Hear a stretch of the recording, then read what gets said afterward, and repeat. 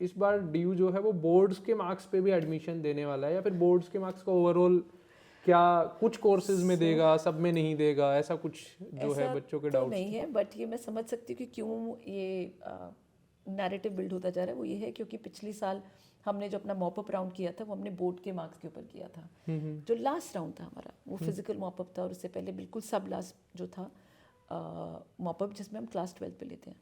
But you should not depend on that, that is very situational. अगर हमारी सीटें किसी कोर्स किसी कॉलेज में बच जाती हैं और तब हम उसको मॉपअप में खोलते हैं। मोस्ट ऑफ द कॉलेजेस में हमारी सीटें भर जाती हैं, मोस्ट ऑफ द कोर्सेज में हमारी सीटें भर जाती हैं, तो उसमें हम क्लास 12 पे बिल्कुल नहीं करते हैं। पिछले 2 साल से हम इसलिए कर रहे हैं क्योंकि ताकि जो कुछ कॉलेजेस हैं जहाँ पर हमारी CUET से सीट नहीं भरी, सीट हमें खाली नहीं छोड़नी है, तो हम हर तरह का एक कोशिश करके देख लेते हैं कि सीटें भर जाएँ।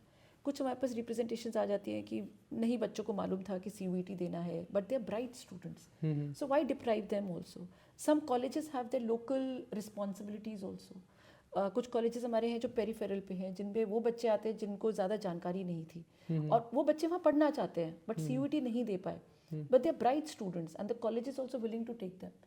तो ये सिचुएशनल है बहुत ज़्यादा।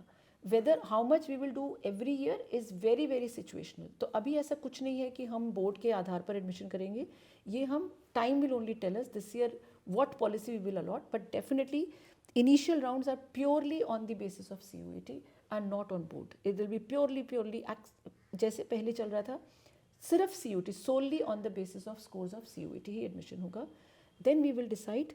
For the past 2 years we look at the situation, we analyze it, we assess it, and then we open it on the basis of class 12th.